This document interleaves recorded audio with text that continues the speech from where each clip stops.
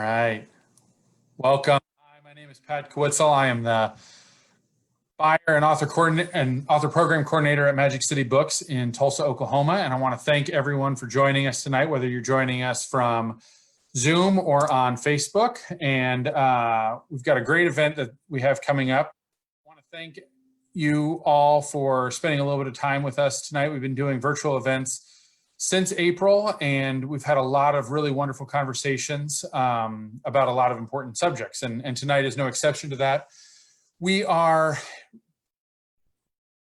able to bring in kind of different combinations of folks than we usually would be able to bring in because we're doing things virtually. And while we love getting together in the bookstore or at one of our offsite venues to be able to bring an author to an audience and to be able to do that in person. One of the really cool aspects of the virtual world that we're living in right now is that we were able to connect people that can't join us in Tulsa. And that's going to be the case tonight because joining us tonight is Sadie Keller and Congressman Michael McCaul. And both of them are from Texas. Congressman McCaul's in Washington, D.C. Sadie's in Texas. Sadie's actively in school, and it can be kind of hard for her to be able to travel as much. And so being able to do this virtually, well, where she can be at her house and Congressman McCaul can be in DC doing his work, and we can still be able to broadcast to our Tulsa audience, kind of makes this virtual event a real special treat. So we are really excited to have both of them joining us tonight. We have a number of virtual author programs that are coming up in the days and weeks ahead, and we're scheduled virtually really almost through Thanksgiving at this point, with a lot of really great events, history books and biographies and novels and some debut folks, some local Tulsa authors, big national writers, even an Academy Award winner. We've got Matthew Mcconaughey coming and joining us for an event with his new book, called Green Lights, and that's going to be at the end of October, just about a month from now.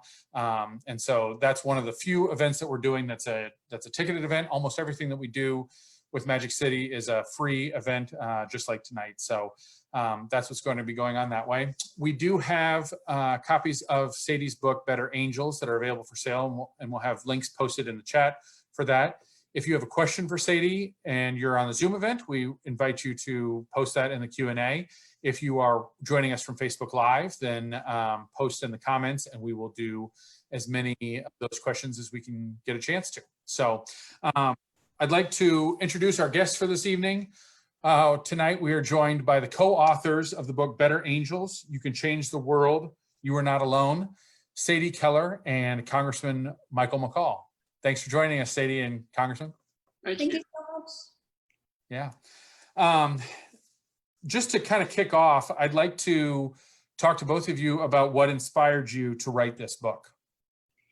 Yeah, well, for me, what inspired me to write Better Angels was mostly just to let people know that no matter what you're going through, any hard time, my hard time that I went through was cancer. But, you could be going through anything. You could be going through anxiety or depression or struggling in school or anything, that you are not alone and that you can get through this, and you just have to look for the angels because they're all around you and they're there to help you, and also that you can change the world. And what I always say is how I turned a bad situation into a good situation by taking my cancer journey and my story and turning it into now having a foundation and now having a book and being an advocate for childhood cancer. And I think so many people can do that. And in my book, Better Angels, I show you how you can do that. That's great. That's great. Congressman McCaul, how did you get involved with this project and get to know Sadie? It's a great story. So I founded the Childhood Cancer Caucus over a decade ago because the children didn't really have a voice. They didn't have high-paid lobbyists in this town. They were not represented well in legislation. And so I formed that 10 years ago. Along the way, I met Sadie, and And you're always looking for somebody who can really be the face for the cause, as somebody who can make a difference. And there's so many children out there that I've met along the way. Some have survived and some have not. But it's the number one killer of children in the United States of America. And I wanted to do something about it. And it's a very bipartisan issue, which is great in this time of deep division in Washington, that we can come together as a nation to help our children that have this disease. And so when I first met Sadie, I knew that she was going to be a leader. And I canceled my schedule for the day.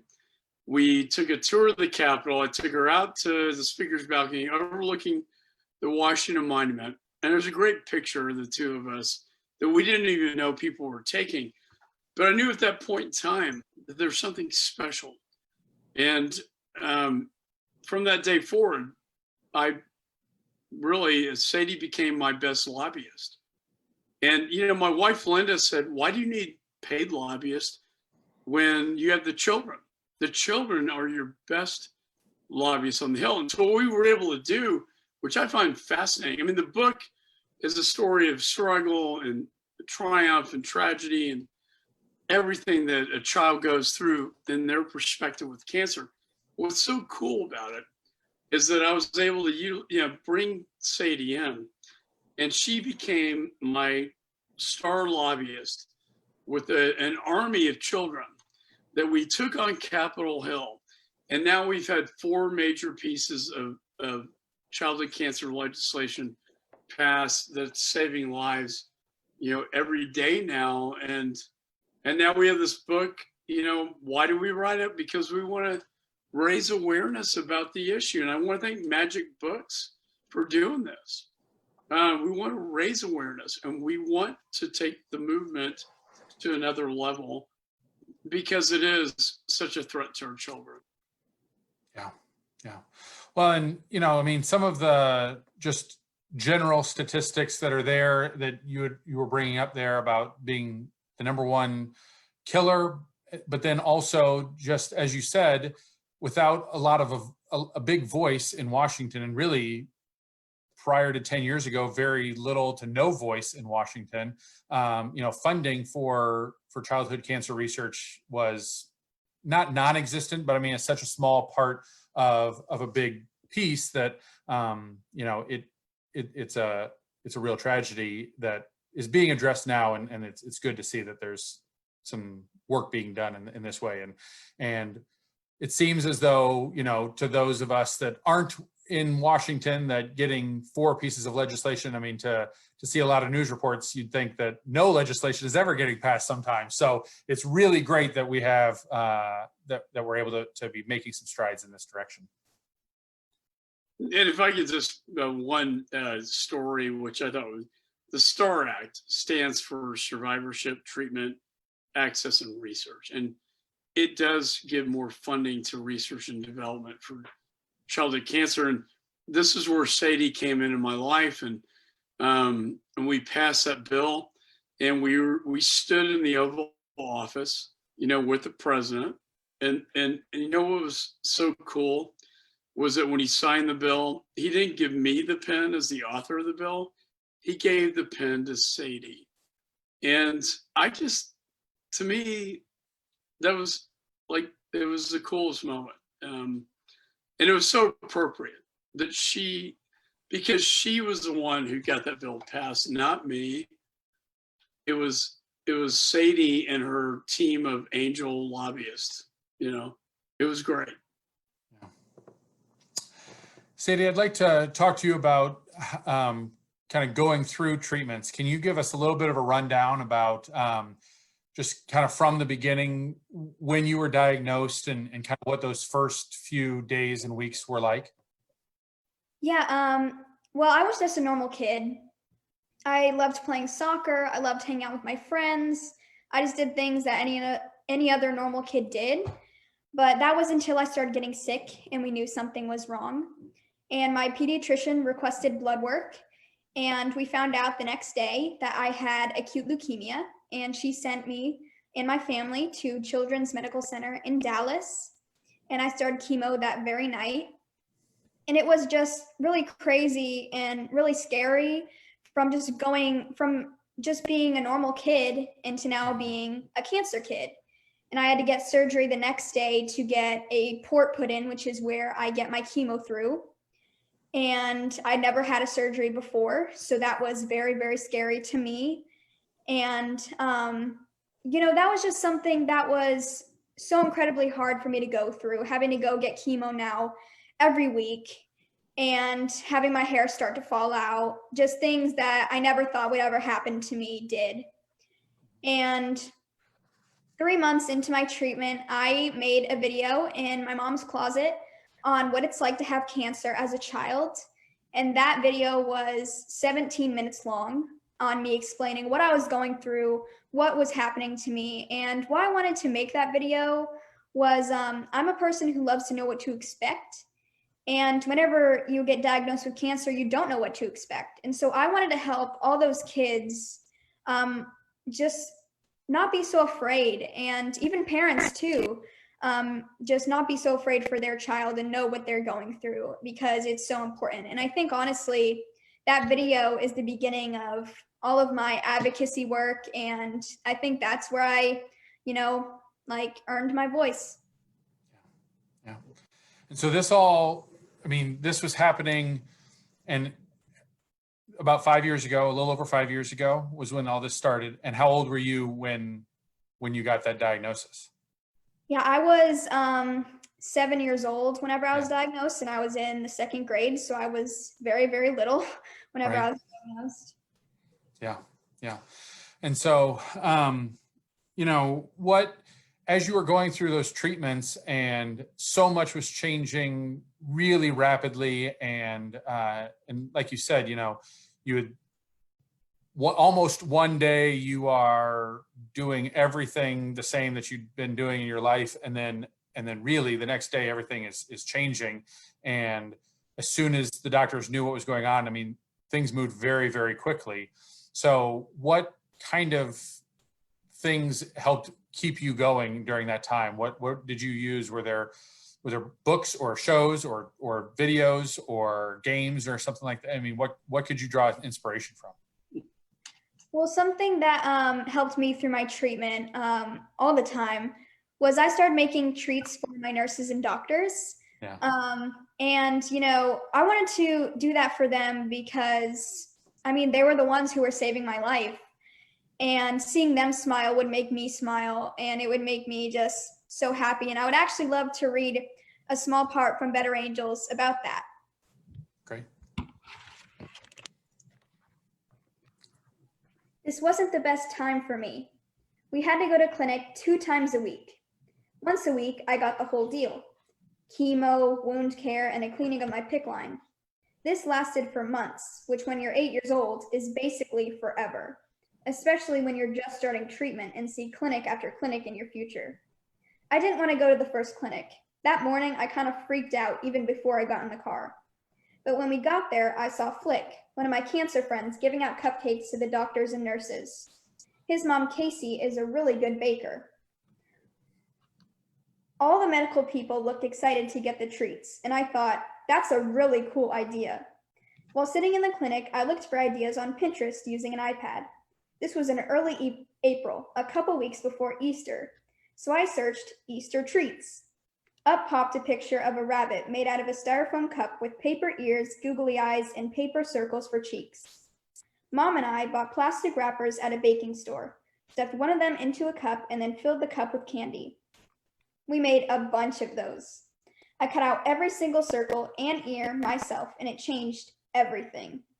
I couldn't wait to go to clinic so I could give Dr. Engel and all my nurses, including Brittany, the treats. The next week, I got little jars the size of medicine bottles and filled them with jelly beans.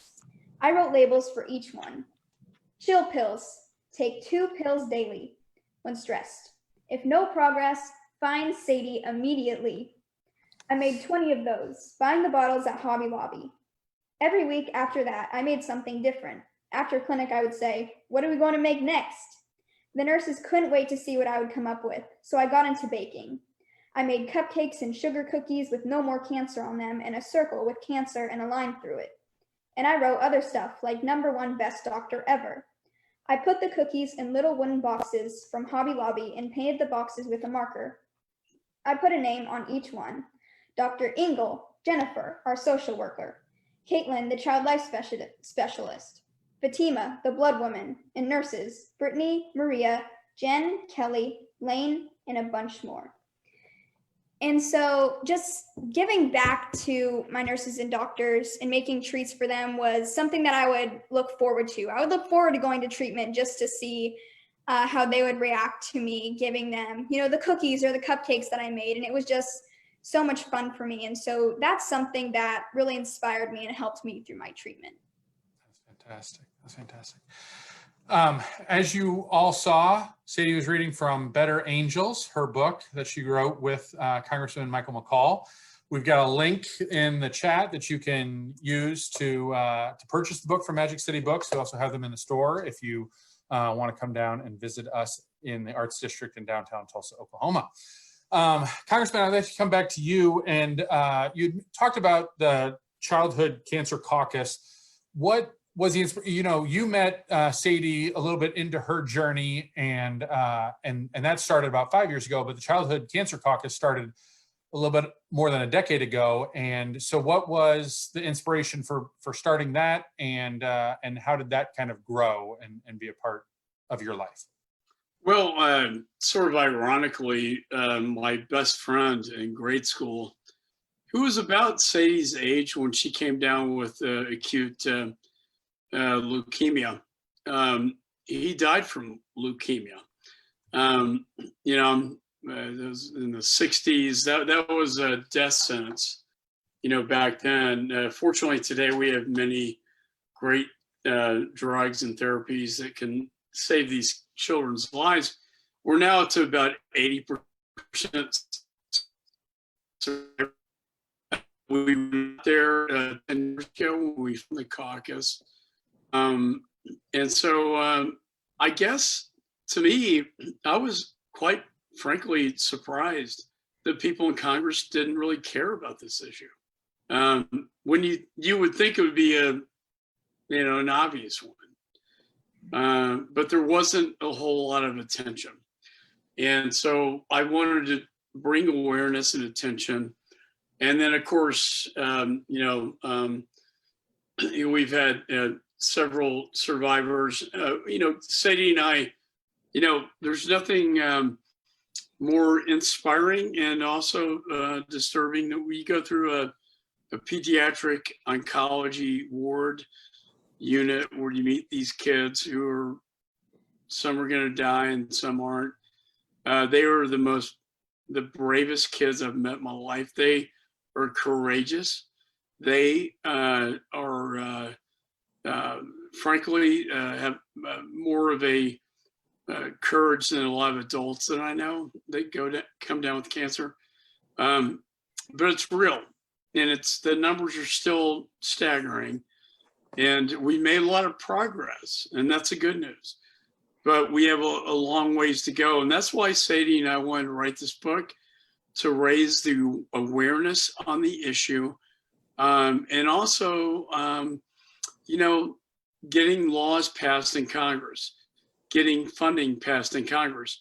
Sadie always talks about, why is it there's just 4% of the cancer, NIH cancer funding goes to kids, right? I don't think that's right either. And we want to change that. So we're on a crusade. We're on a mission. And I just, she's been you can see when you meet someone like Sadie that is so positive and can charm. And again, I think it's such a great story to have these team of children. And unfortunately with COVID, our Childhood Cancer Awareness Month this month, where we have our summit and lobby movement, they were not able to come up, but we're making great strides. The Creating Hope Act, which if I can just talk about this one bill of 4, just this one. We got to reauthorize this. It's going to be on the floor this week for 4 more years. This bill, basically, you've heard about immunotherapy. Dr. Allison and MD Anderson had a childhood cancer study. Immunotherapy is the future of how we treat cancer patients. And it came out of a childhood cancer study. It takes your own immune system and trains it how to attack your own cancer. Very personalized medicine. This came out of the Creating Hope Act that we got passed, that Sadie helped get reauthorized into law for 4 more years. That's pretty cool. When you can, I've done a lot of stuff in Congress, chaired Homeland Security, ISIS, Caliphate, now I'm Foreign Affairs. But if I can pass a bill that's going to save kids' lives, that to me is one of the most gratifying and rewarding experiences. And it's really what it's all about. Yeah, that's fantastic. I just recently finished a biography of the baseball player Rod Carew, and he was a Hall of Fame player. But after he retired, his youngest daughter was diagnosed with leukemia as well, and they caught it very late, and she struggled and a lot of did a lot of treatment, but ultimately lost her life. And but one of the things that was so fascinating to kind of learn from that experience was how he was able to use his voice and her voice to register a lot more people for bone marrow donors, and to be able to do that.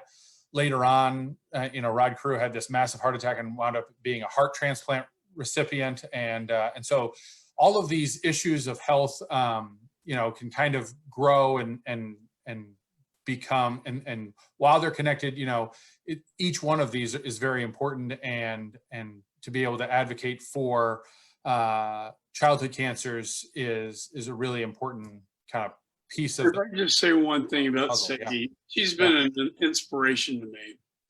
Yeah. Look, I'm 58, right? Mm-hmm. Sadie, I met you when you were 7, right? Yeah. She had no hair. She was all swollen, pink dress. Now she's 13. She looks great. But it's really she's taught me a lot about life. And, in the afterword in the book, I talk about Viktor Frankl, man's search for meaning, that you have to find meaning in suffering. And I think that's a tough lesson in life. And it's a tough lesson for the kids. But, Sadie's really taught me about inspiration and meaning in suffering. Yeah. Sadie, can you tell us some of the things that you did to kind of keep your mind off of your upcoming treatments, or bad news from the doctor? What were the things that were able to keep you positive? Yeah, well, one of those things was just doing something that I liked to do, to just kind of keep my mind off of everything that was happening.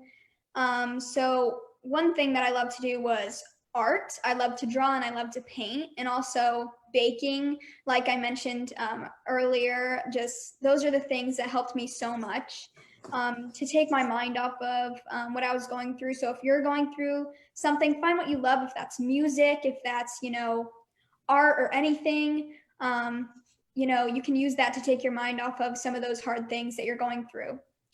And next is something that helped me greatly was staying positive. And I know that everyone just says, oh, in those hard times, you just got to stay positive. But really, it makes all the difference. And one of those ways that one thing that I used to stay positive was making a list of things that I'm grateful for. Because in those hard times, you just think about all the hard things that you're going through. And sometimes For myself too, I'd forget about all the things that I should be grateful for, like my family and my friends. And so doing that is something that can help you stay positive in some of those hard times. That's great. Congressman McCall, what, from an adult's perspective, and maybe the struggles are a little bit different, but I think that the lessons still are there. When you're having difficulty getting a bill passed or getting people to pay attention to these issues that are important, what things kind of come into play for you to keep yourself motivated and driven to get the job done? Well, I have to say, I mean, Sadie and I have an extraordinary relationship.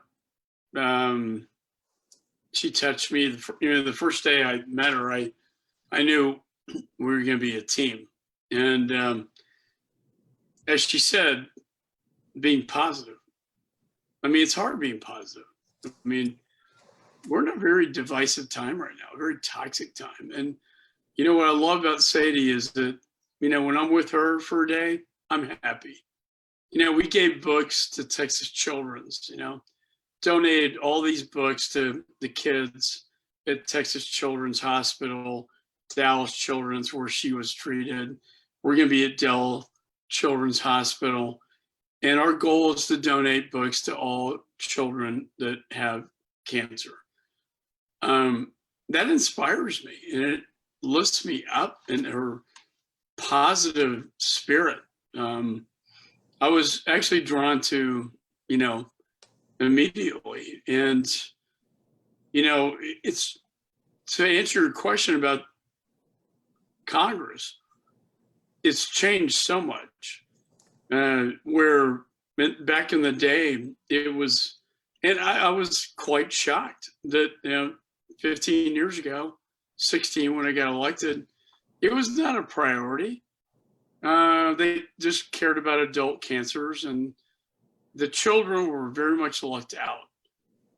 We've been able to make it a priority now. And we're going to continue this movement, and I call it a movement. And typically this month, this time of year, CareFest would have a rally on the mall, and Sadie and I were there, and we all spoke on the Mall of the United States Capitol, urging lawmakers to make a difference because it's within our grasp, and we've made a lot of progress. That's the good news, but we have a lot more work to do, and I know we're going to get it done.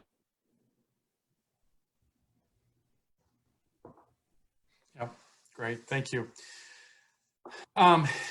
Sadie, I'd like to ask you what advice you have for children that are other children that are dealing with a cancer diagnosis and are going through treatments, or for the parents possibly of children that are dealing with a cancer diagnosis.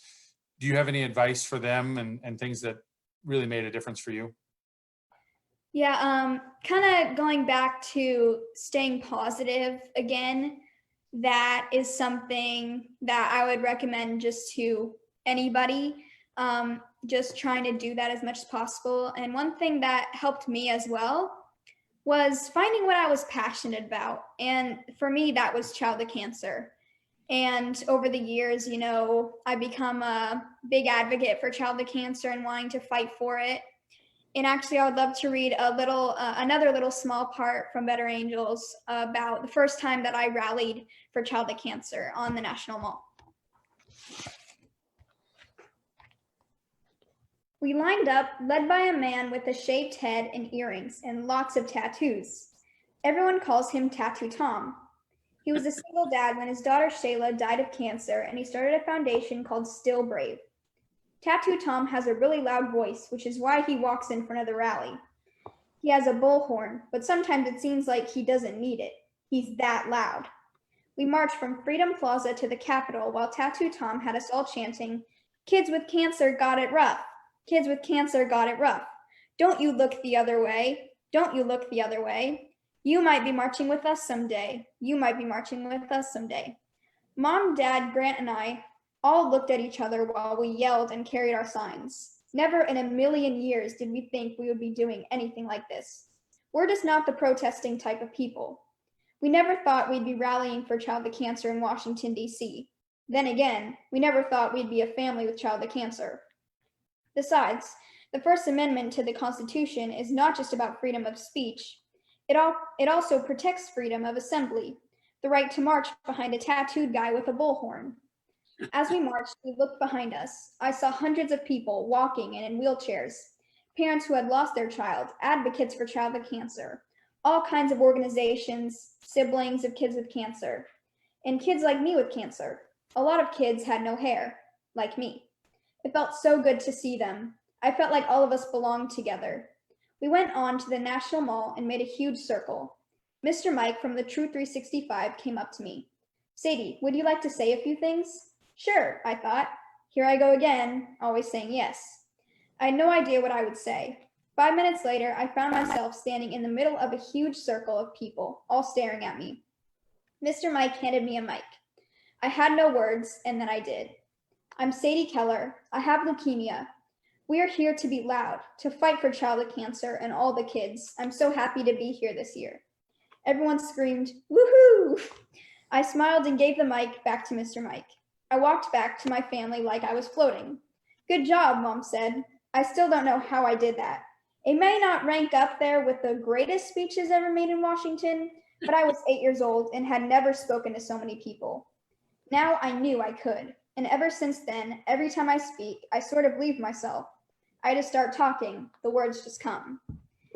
And so for me, just speaking and wanting to make a difference for childhood cancer is something that helps me so much. And since I went through it as the kid, I know what all these children are going through, and it makes me just want to fight harder for them.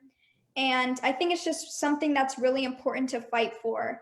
And so, yeah, it's just, that's what's important to me. And I hope that anyone watching this can find what they're passionate about and, you know, want to fight for that. Can I share a really beautiful story? Sadie and I went to Africa. We worked with Texas Children's Hospital in Houston. They have the Global Hope Initiative. You know, in the United States, about 80% survive. In Africa, about 90% don't. So we went to the Texas Children's Hospital clinic in Botswana. And the president of Botswana, I met with him at Texas Children's, and he said, you know, and this is all, the bill that Sadie and I have passed in the House is all built on what we did with HIV in Africa, PEPFAR, the infrastructure with the hospitals. And he said, you know, you saved a generation from extinction in Botswana. It was very profound. And so, you know, Dr. Poplock, Texas Children's, Sadie, myself, we all traveled to Africa to go see this hospital.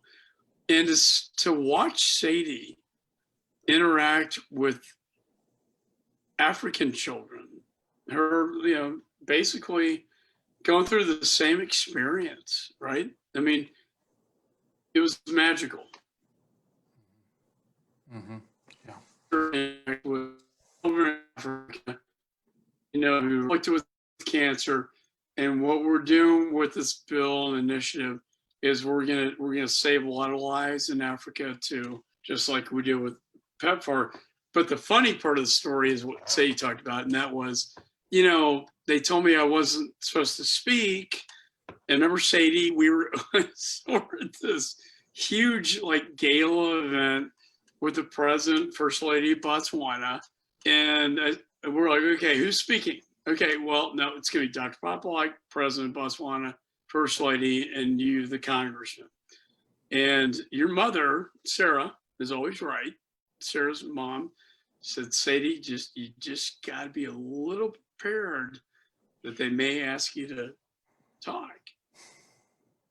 I'll be darned if that, you know, all of a sudden the first lady of Botswana came, Sadie, would you please come up to the stage and say a few words, you know?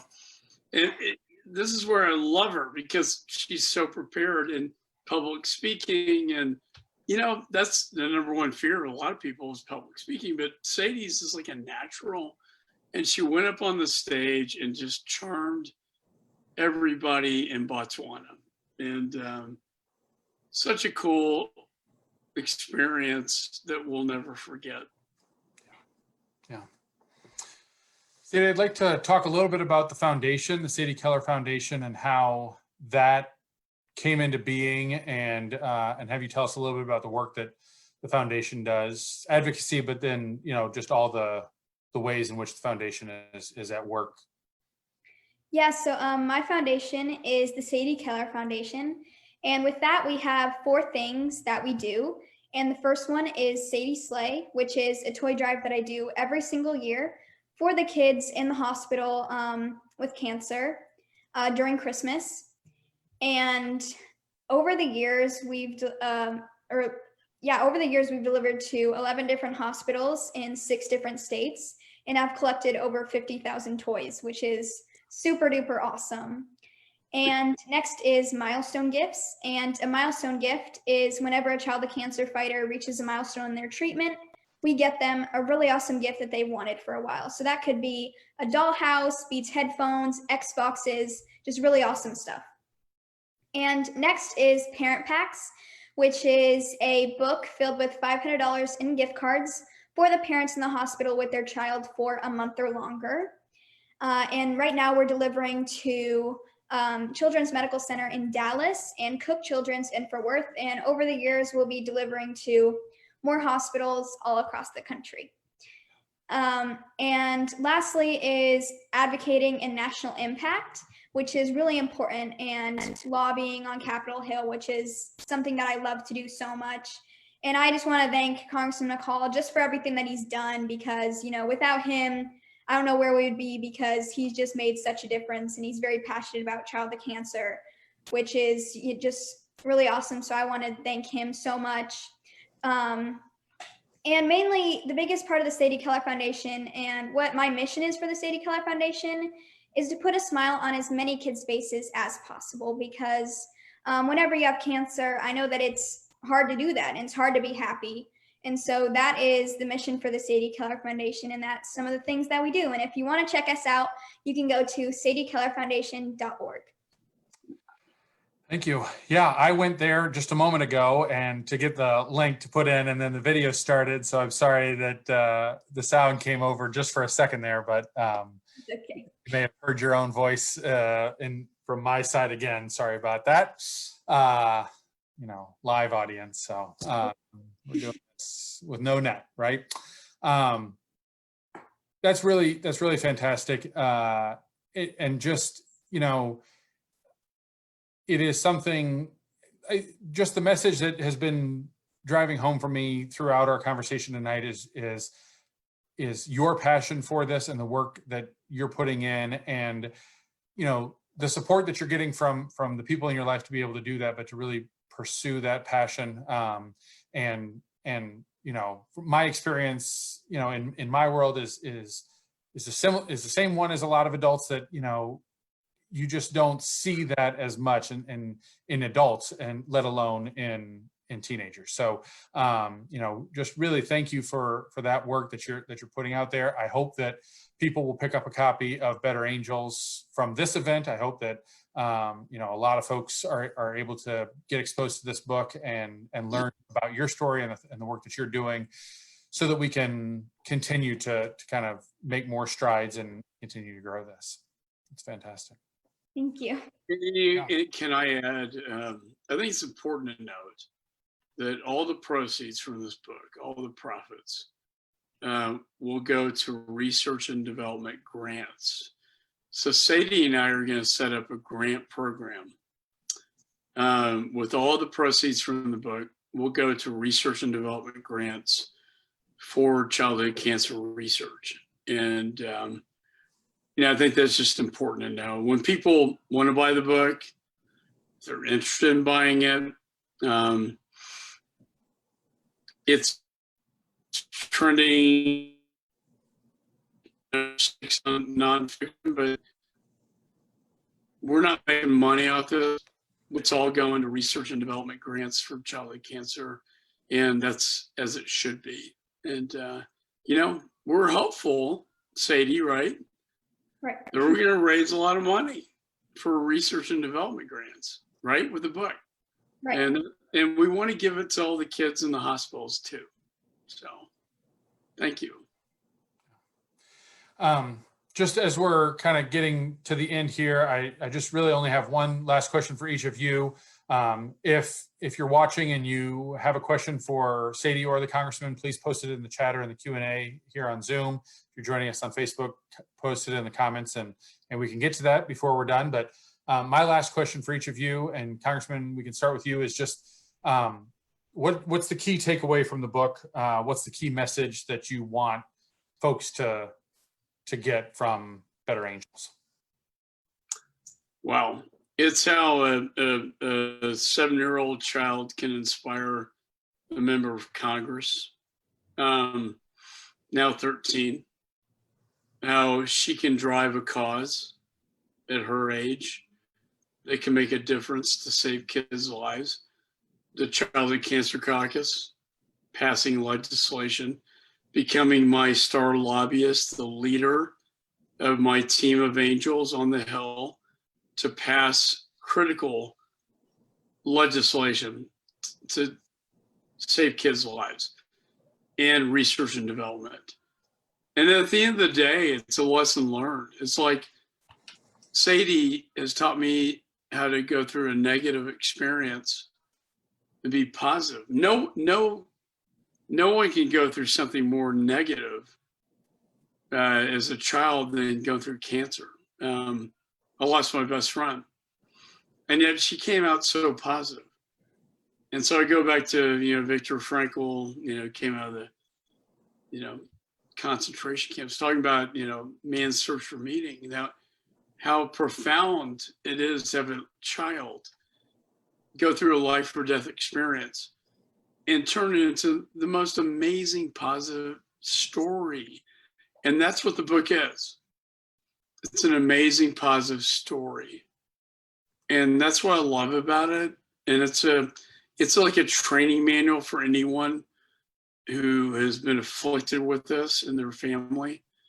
And there are many of them out there. And I've talked to so many. It's Sadie is inspiring. Sadie, what is your key message and takeaway that you want people to have from your book? Yeah, my key message is probably just I want people to know that they are never alone. There's angels all around your life who are there to help you. And just I want people to know that. And I want people to know that also, dream big, because you can achieve those dreams and you can do anything that you want. You can do anything. And I've learned that through all these years. And I believe in you, and just, keep going. Great. Thank you very much. Thank you very much, both of you, for joining us tonight. We really appreciate it. We're so excited about being able to have this opportunity to showcase the wonderful book and the wonderful work that you're doing with the Foundation and Childhood Cancer Caucus in Washington. Childhood Cancer Awareness Month, September is kind of the prime time, and because of worldwide pandemic issues, things are a little different this year than for everybody in every way than they usually are. But we hope that we were able to kind of shed a little bit of light on this and share it with some folks here in Tulsa. We'll be continuing to watch and grow and promote the book in the store and doing the things that we can do here in Tulsa. But thank you very much for taking some time to join us tonight, and best of luck with school tomorrow, Sadie, and getting this bill passed on the floor this week, Congressman. Thank you very much. Thank you so much. Thank you. All right. Have a great night. We'll see you again real soon. Thank you. Thank you.